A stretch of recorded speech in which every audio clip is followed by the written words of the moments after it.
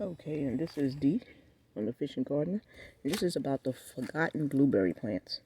So when I first started gardening, I started with a bunch of blueberries, and was studying them and making sure they had the right amount of that acidifier, fertilizer, and I got all type of blueberries plants, lemonade, pink lemonade, blueberry plants, this sort of type, and they weren't really doing much, right?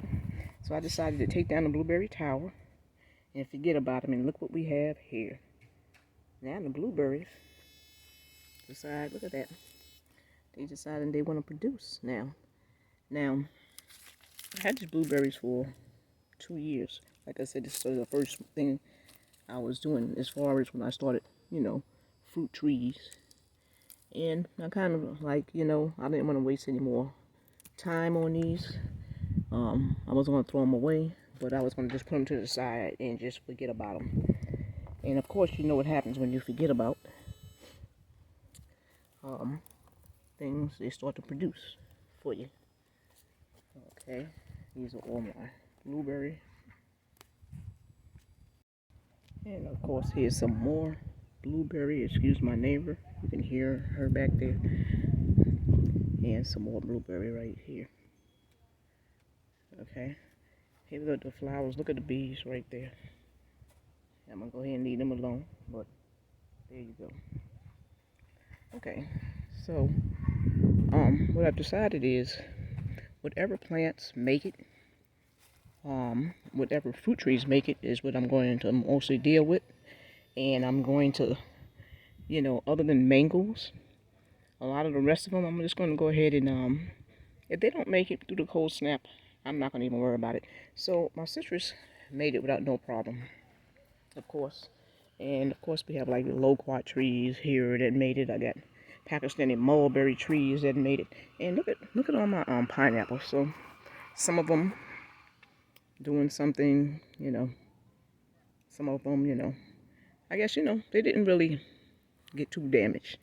But what I decided what I'm going to actually do is I'm going to concentrate more on growing fruits that are actually a little bit more cold hardy. They don't have to deal with as much.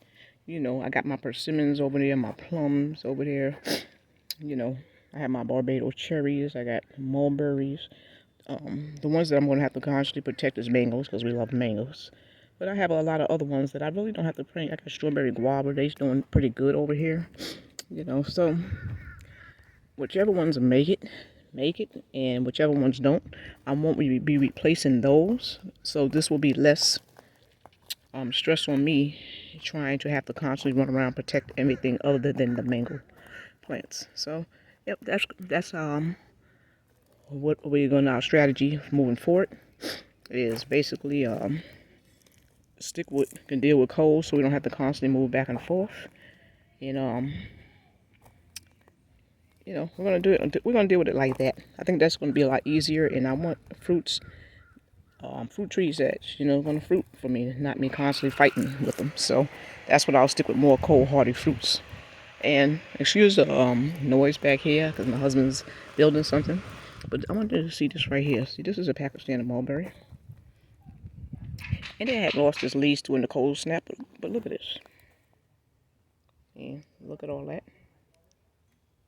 All right, look.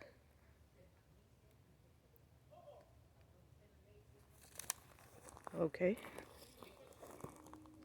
So all around this whole tree, and I got an ever-bearing mulberry. All around this whole tree, we have all of this. Let's see, there we go. Yeah, so it's all rebudding again. And as you can see, the Barbados cherries are doing what they do. So yes, basically, like I said, what I'm gonna do is, and the guava tree, it'll come back. It always does. But I'm going to stick with things that are more cold hardy, except for mangoes. So then that's the only thing we'll have to protect. All the mango trees, we won't have to be running around putting a lot of, I have Java Chicata and all of those. I left them outside and I didn't protect them. The banana right here, but she'll do something. She's not all the way gone, so now what about her? And this is a little red banana, so she'll come back too. So other than that, yes, as far as running around here, moving trees in and out, the only ones we'll be doing that will be the mangoes that obviously are in the pot, and the other ones will cover. But that will cut down on me running around trying to protect every time we have a cold front, running around trying to protect every little thing. So what it did was it did open up more space for me to get more cold hardy fruit trees here in Central Florida, in Orlando. So basically that's what I'm gonna do.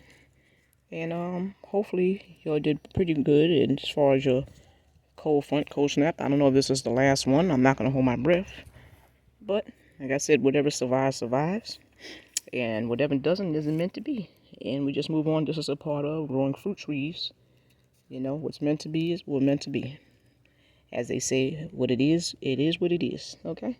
So anyway, you go ahead and have a nice day. Hopefully you're enjoying your afternoon.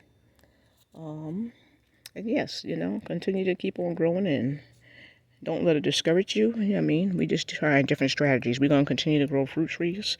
We are just not going to get carried away with ones that are not cold hardy as much. You know, we're going to slow down on a lot of those. Okay, so if you like the content of this video, you can go ahead and hit that thumbs up and hit that notification bell and subscribe. And like I said, hopefully you're enjoying your day. Have a blissful day. Goodbye.